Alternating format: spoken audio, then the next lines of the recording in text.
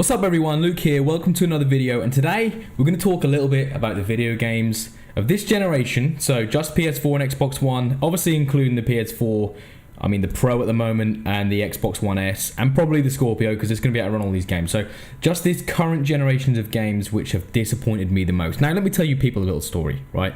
As you get older, as you probably some of you know, you have children, you have wives, or a wife, depending on how bally you are, and your time and money is more valuable to you than ever. You know, you earn your money, you want to buy a video game, the entertainment you consume, because there's so much good shit out there nowadays. There's so much Netflix, there's Amazon TV, there's Now TV, there's Sky, there's BT, there's everything awesome to try and drag you away from playing video games. There's so much cool entertainment out there. So when you go out there and you buy a video game, you really want to get the most bang for the buck. So, this leads me on to the topic of this video. When you buy a video game and it is terrible, you know, that sinking feeling when you're like, oh fuck, I've put all my money into this, or the one game I was going to buy this month. I bought into the hype, I watched the E3 footage, fucking the graphics look insane, and you fire up, bang. Now that leads me to the very first game. I'm not going to spend too much time talking about this one. The very first game of this video, ladies and gentlemen, is Watch Dogs. Now who could forget that fateful E3 back in 2013 when we were shown a game where there was steam coming out of the pavement and there was paper flying across, there was dynamic weather effects. It was beautiful, the sun, the light, the way the characters seemed to interact with the environment. It was a bustling, busy open world that we'd always craved, and the game just didn't deliver. Now, I'm not going to sit here and bash Watch Dogs because everything that can be said about this video game has been said, and it's on the internet, and there's 1,000 other videos talking about that. And I will say for the record that Watch Dogs 2 is legitimately a very good game, and I think that this conference, E3 2013, damaged the series, and they are going to have to go some in the future to try and win back the gaming public and the people that bought this hype and bought the game and was utterly disappointed from things like this. Hello, darkness, my old friend. I could not be more excited when this game was announced. I put over 1,000 hours into Battlefield 4, I put over 1,000 hours into Battlefield 3, and I put over 600 hours into Bad Company 2. I'm a massive fan of the Battlefield series, so when they said they were going to go back to World War I, I thought, you know what, none of the other first-person shooters, the big ones, have done this well, and fuck Medal of Honor. They haven't done World War I or World War II well for over maybe 6, 7, maybe 10 years. I don't know. Is it 10 years since COD 2? Call of Duty 2? Maybe. I don't know. But I could not be more excited. So when I got a chance to play this game, initially I was pretty hyped. I thought this is the campaign. I played through the campaign first. It was awesome. I really like what they did. It was a massive improvement compared to the other Battlefields. But then the multiplayer. And this is where it let it down for me.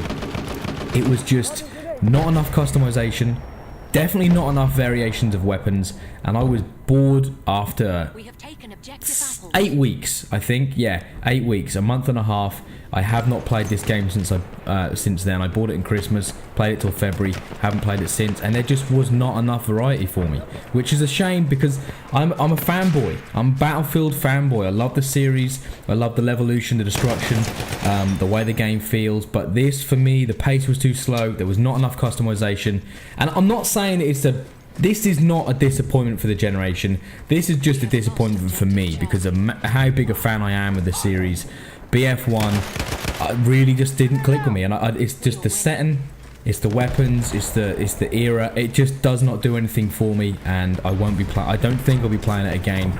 Maybe in 6 months' time I might revisit it, but yeah, for me, personal disappointment. Not in any stretch a bad game, but like I'm saying, this is my video, my disappointing games of this generation, and for me, the amount of excitement I had for BF1, the game just didn't live up to it. Now, Gears of War 3, you had a 4-player campaign, co-op campaign. Now, the amount of anticipation me and my 3 other friends who I game with all the time had for Gears 4 before it came out, we were like buzzing for this game. We think we're going to be able to play the campaign together, we're going to be able to go online, chill, do the horde mode, do the campaign, maybe go play some multiplayer and wreck some other people. It is going to be awesome. Now, we didn't do any research. We just assumed that because Gear 3 had a 4-player campaign and all of the fucking publicity leading up to Gears 4 was showing you 4 main characters. So, okay, well, I just assume that they're going to make it a 4-player co-op campaign. Obviously. Why wouldn't they? Because obviously people love playing video games together with their friends, and they also love immersive stories. So Gears 4 is the perfect game.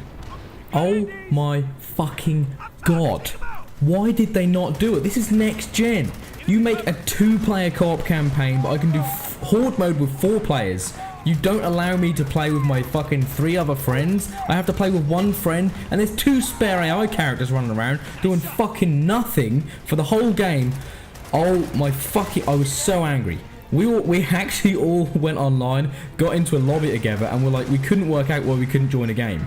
Oh, I know why you can't join a game, because it's not fucking 4-player co-op. I'm actually still angry at this. This is meant to be a next-gen title. Microsoft, god damn, they need first-party exclusives with fucking every game they seem to be releasing dropping out or getting dropped or not being released or pushed back or fucking studios being canned left, right and centre. They needed this to be a home run, and for me, Gears 4 was actually a downgrade on Gears 3. Gears 3 is a better game. So fuck Gears of War 4 and fucking goddamn, next time make it 4-player co-op, please. So, what do you Climbing think? Simulator 4 is a game which...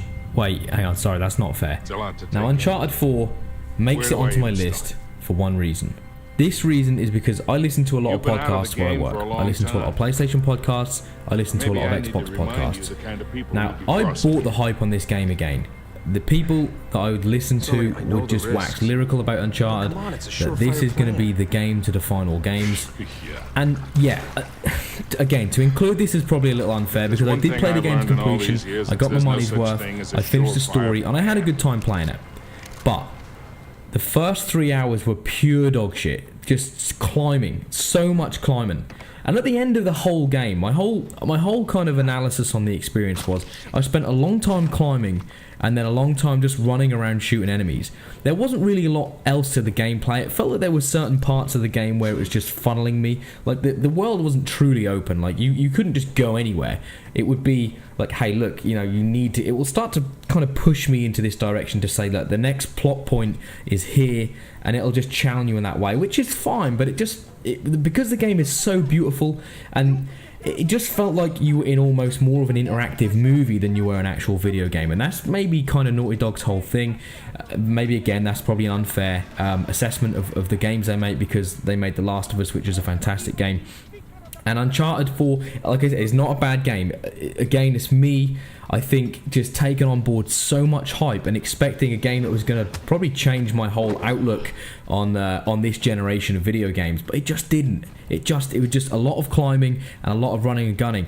Really stuff that I'd done in Tomb Raider a couple of years previous. Now in March 2016, Evolution Studios closed, and it was basically a direct result of Drive Club being an absolute fucking disaster at launch. This game was such a mess when it came out. There was meant to be a free version on PlayStation Network, but they ended up just giving the DLC out for nothing, almost as an apology to the people who actually paid for this game. Such a shame, because there was so much potential, and graphically this game was beautiful, but just a mess. I mean, they're just a mess. Okay, read the reviews. This is an actual fucking glitch from Assassin's Creed Unity.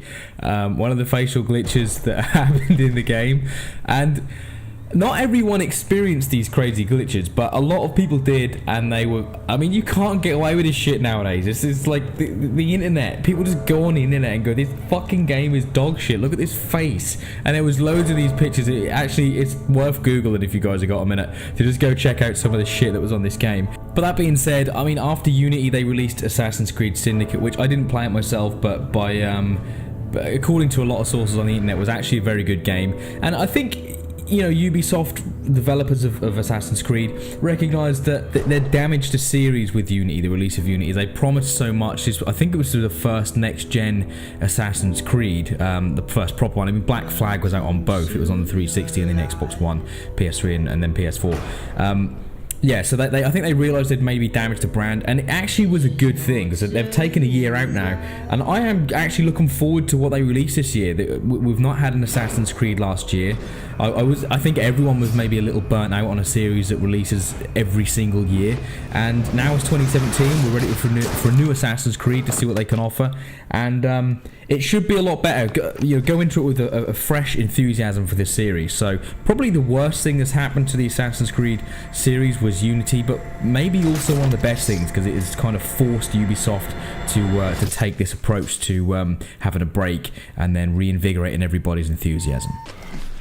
The Order 1886. Now this game for me, when I first saw the footage, I thought, do you know what, this is going to be Sony's answer to Gears of War. This is going to be like the third-person shooter set in like a fucking really cool setting. You're going to be fighting monsters. You're going to have these cool weapons. Like it's set in like an old school, old-fashioned English setting, but you've got these kind of new weapons that can shoot electricity at people and stuff. And then the game released, and the reviews were just dog shit. This game, people were rushing through it in 6 hours, and spoiler alert, you're actually watching the final boss battle in the game, which was a fucking series of quick time events. People, okay, look, button bash here, and then, okay, wait, button bash here. I mean, what the fuck? You can't end a game like this, especially a 6-hour game that you charge people £40 for. Absolutely fucking no way. But what I will say is though, I think there's a lot of potential for this game and the world they created, the characters they created. If they actually build on them a little more, add a lot more length to the game, and don't do this quick time bullshit. Don't make it an interactive movie. It's not. It's a video game. People want to play games. They want to have an impact on the world, not just press buttons at certain points to feel that they're achieving something. So ditch that basically in every video game ever. We don't need that. That's bullshit. There is real potential for this series. I actually think we will see an Order 1886 2. So guys, thanks for watching my list of most disappointing video games this generation. I hope you agree with some on there. If you don't, leave me a comment below, let me know what you think. There's probably some games on there that don't deserve to be on there. Maybe Uncharted 4, Battlefield 1. I'm being a little bit harsh, but you know, these games that are so good, they are held in such a high regard that they have to live up to the standards of the people that are paying for them, which is us guys. So let me know what you guys think. If you think there were some games I missed out, maybe some games that I was being a bit of a dick on and that I should be maybe retract them from the list, let me know what you think. Yeah, hope you guys enjoyed the video. Thanks for watching again, and I'll see you in the next one. Peace.